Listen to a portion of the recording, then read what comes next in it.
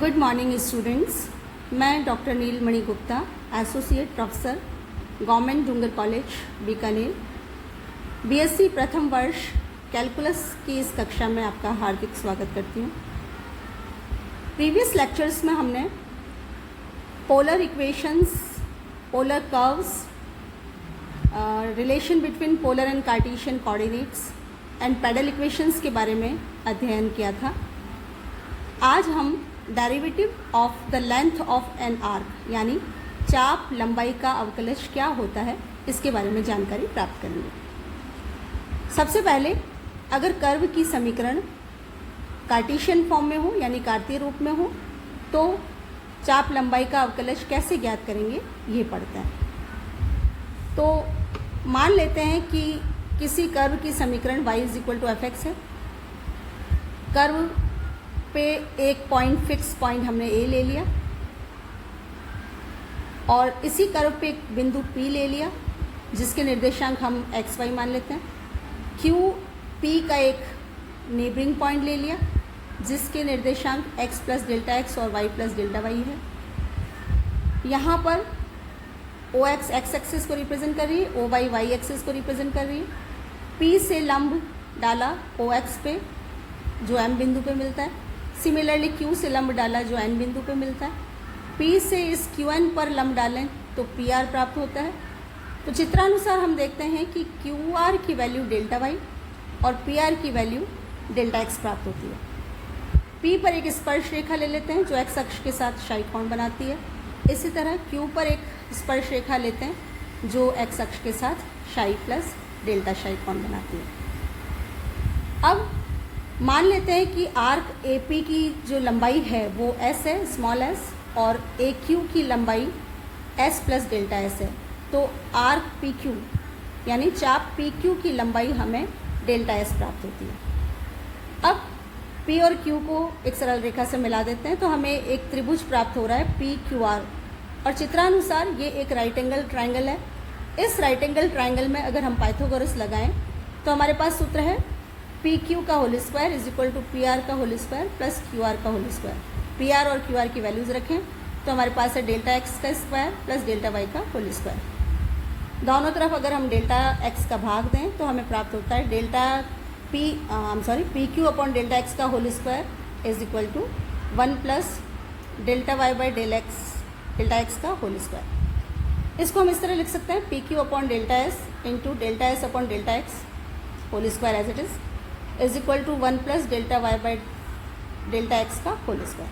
Now taking limit both the sides, limit Q tends to P, PQ by Δs का whole square, limit Δx tends to 0, Δs upon Δx का whole square = limit Δx tends to 0, 1 + Δy/Δx का whole square. When Q tends to P, Δx also tends to 0. So we have ds/dx का whole square = 1 + dy/dx का whole square. चूँकि limit Q tends to P chord of PQ upon arc PQ यानी limit Q tends to P PQ upon Δs की value 1 होती है, इसलिए हमारे पास रिजल्ट बचता है ds अपॉन dx = ±√1 + dy/dx का होल स्क्वायर। अब जब x बढ़ता है तो s भी बढ़ता है, इसलिए we take positive sign and we have ds/dx = +√1 + dy/dx का होल स्क्वायर। इसको हम समीकरण 1 नाम दे देते हैं। अब यदि कर्व की समीकरण x = fy की फॉर्म में हो तो यही सूत्र हमें इस तरह प्राप्त होगा ds/dy = √1 + dx/dy का होल स्क्वायर। इसको समीकरण नंबर 2 नाम दे देते हैं। अब यदि कर्व की समीकरण प्राचल फॉर्म में हो यानी कर्व की प्राचलिक समीकरण दी हुई हो x = phi-t and y = psi-t के रूप में, तो हमारे पास सूत्र होगा ds अपॉन dt = √dx/dt का होल स्क्वायर प्लस dy/dt का होल स्क्वायर, और इसको हम समीकरण नंबर 3 नाम दे देते हैं। अब कुछ इन सूत्रों पे आधारित प्रश्न ले लेते हैं। पहला एग्जाम्पल है find for the parabola y² = 4ax prove that ds upon dx = √a + x upon x। हमें दिया हुआ है एक परवलय और हमें इस परवलय के लिए ये सूत्र सिद्ध करना है। तो यहाँ पे परवलय की समीकरण है y² = 4x जब हम इस समीकरण को x के सापेक्ष अवकलन करते हैं तो हमारे पास है 2y dy/dx equal to 4a। इसको हम इस तरह लिख सकते हैं dy/dx इक्वल टू 2ay। अब समीकरण 1 में हमने जो सूत्र पढ़ा था वो था ds/dx is equal to root of 1 plus dy/dx का होल स्क्वायर।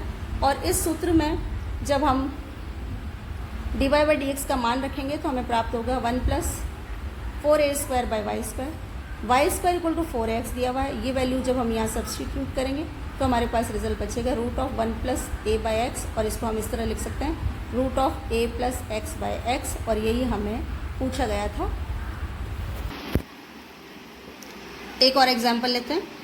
पूछा है for the curve x equal to a into 1 minus cos T and y is equal to a of t plus sine T find. हमें 3 results निकालने हैं, ds/dt का, ds/dx का और ds/dy का। सबसे पहले जो कर्व हमें दिए हुए हैं उसको हम t के सापेक्ष अवकलन करें तो हमारे पास रिजल्ट है dx/dt is equal to a sine T and dy/dt is equal to a of 1 plus cos T. ds/dt का सूत्र है dx/dt का होल स्क्वायर प्लस dy/dt का होल स्क्वायर, और इन दोनों के मान जो अभी हमने प्राप्त किए हैं वो रखें तो हमारे पास रिजल्ट है root of a² sine square T plus a² 1 plus cos T का होल स्क्वायर। और इसको जब हम सिंप्लीफाई करते हैं तो हमारे पास बचता है a root of 2 plus 2 cos T को हाफ एंगल में खोलें तो हमारे पास है 4 कॉस स्क्वायर टी बाई 2, और इससे हमें ds/dt की वैल्यू प्राप्त होती है 2a cos t बाई 2। फिर हमें ds/dx पूछा है। ds/dx को हम इस तरह लिख सकते हैं ds/dt इंटू dt/dx। ds/dt की वैल्यू अभी अभी हमने निकाली है, that is 2a cos t by 2, और dx/dt की वैल्यू यहाँ हम निकाल चुके हैं, ये वैल्यू रखेंगे और इस साइन t को भी हाफ एंगल में खोलेंगे तो हमें इसकी वैल्यू cosec t बाई 2 मिलती है। और इसी तरह हम तीसरा पार्ट जो कि ds/dy का है वो भी ज्ञात कर सकते हैं। एक प्रश्न और लेते हैं। Find ds/dt for the following curve. ये कर्व दिया हुआ है और हमें इसके लिए ds/dt का मान ज्ञात करना है। अब यहाँ जो कर्व की समीकरण दी हुई है वो प्राचल फॉर्म में नहीं है, प्राचल रूप में नहीं है, इसलिए सबसे पहले हम इन दोनों समीकरणों को x और y के लिए सरल करेंगे। और जब हम इनको सरल करेंगे तो हमारे पास x का मान आएगा x equal to F dash T sine T plus F double dash T cos T. इसको हम समीकरण नंबर 1 नाम दे देते हैं। और इसी तरह y का मान आएगा y is equal to F dash T cos T minus F double dash T sine T. इसको हम समीकरण नंबर 2 नाम दे देते हैं। ds/dt के लिए हमें एक तो dx/dt की ज़रूरत है और एक dy/dt की। तो समीकरण 1 को हम पहले t के रेस्पेक्ट में डिफ्रेंशिएट करें तो हमारे पास है dx/dt equal to f double dash T sine T plus f dash T cos t plus f triple dash T cos T minus F double dash T sine t. यहाँ f double dash T sine t की value cancel हो जाएगी और जो बची हुई values हैं उनको हम इस तरह लिख सकते हैं F dash t plus f triple dash T into cos T. इसको हम समीकरण नंबर 3 नाम दे देते हैं। इसी तरह जब y को हम t के सापेक्ष अवकलन करेंगे तो हमारे पास है dy/dt is equal to F dash T F double dash T cos T minus F dash T sine T minus F triple dash T sine T minus F double dash T cos T. यहाँ पे F double dash T cos T cancel हो जाएगा और जो बची हुई values हैं उनको हम इस तरह लिख सकते हैं minus F dash t plus F double dash T of sine T, और इसको हम समीकरण नंबर 4 नाम दे देते हैं। अब हमारे पास फॉर्मूला है ds/dt is equal to root of dx/dt का होल स्क्वायर प्लस dy/dt का होल स्क्वायर। dx/dt और dy/dt के जो मान हमने प्राप्त किए वो जब हम यहाँ रखेंगे तो हमें प्राप्त होता है f dash t plus f triple dash t का whole square cos square T plus f dash t plus f triple dash t का whole square sine square T. और इसको जब हम सॉल्व करते हैं, सरल करते हैं तो हमें प्राप्त होता है f dash t plus f triple dash T, और वही हमारा उत्तर है। अब हम कुछ और प्रॉब्लम्स लेते हैं। पहला प्रश्न है find ds/dx for the curve y is equal to log of e⁻x−1 upon e⁻x+1। दिए हुए कर्व को हम इस तरह लिख सकते हैं y is equal to log of e⁻x−1 minus log of e⁻x+1। अब इस कर्व की समीकरण को हम x के सापेक्ष अवकलन करें तो हमें प्राप्त होता है dy/dx is equal to e⁻x upon e⁻x−1 minus e⁻x upon e⁻x+1। LCM लेके इसको सिंप्लीफाई जब हम करते हैं तो हमें प्राप्त होता है 2e⁻x अपॉन e⁻2x-1। अब ds बाई डी एक्स का सूत्र है root of 1 plus D Y by D x का होल स्क्वायर, और dy बाई डी एक्स का ये मान इस सूत्र में जब हम रखेंगे तो हमें प्राप्त होता है 1 plus 4 E raise to 2x upon E raise to 2x minus 1 का होल स्क्वायर। फिर एलसीएम लेके जब हम इसको सरल करते हैं तो हमारे पास आता है e raise to 2x plus 1 का whole square upon E raise to 2x minus 1 का होल स्क्वायर, और रूट हटाते हुए हमें ds बाई डी एक्स का मान प्राप्त होता है e raise to 2x plus 1 upon E raise to 2x minus 1। एक और प्रश्न लेते हैं। यहाँ पूछा गया है ds बाई डी टी और कर्व दिया हुआ है x is equal to a cos cube T and y is equal to b sine cube T.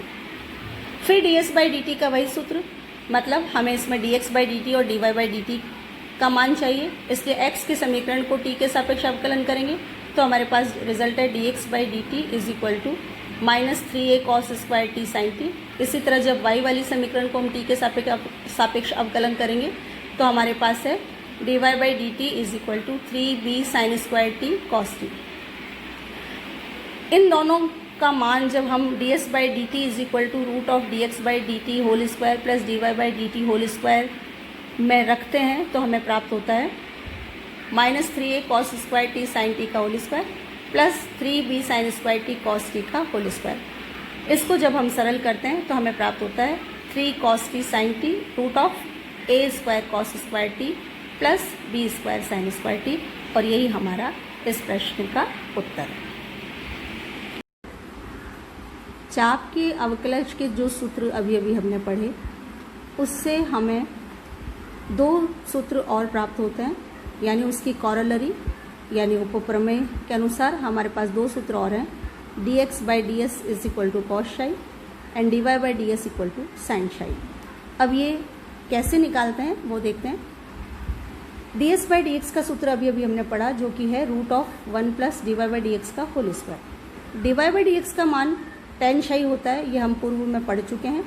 जब ये मान हम यहाँ रखेंगे तो हमारे पास रिजल्ट आता है 1 plus tan square psi with root 1 plus tan square psi को हम सेक स्क्वायर शाई और रूट हटाते हुए हमें ds बाई डी एक्स की वैल्यू सेक शाई मिलती है, और इससे हमारे पास dx बाई डी एस का मान प्राप्त होता है कॉस शाई। इसी तरह ds बाई डी वाई का फॉर्मूला है root of 1 plus dx by D Y का होल स्क्वायर। यहाँ dx बाई डी वाई का जब हम मान रखेंगे तो हमें प्राप्त होता है root of 1 plus cot square psi, और इसकी वैल्यू हमारे पास है कॉसेक शाई। तो इससे हमारे पास dy by D S is equal to sine psi प्राप्त होता है। तो dx by D S is equal to cos psi और dy by D S equal to sine psi, ये भी हमारे सूत्र हैं जो हमें अन्य सवालों को सरल करने में सहायक होंगे।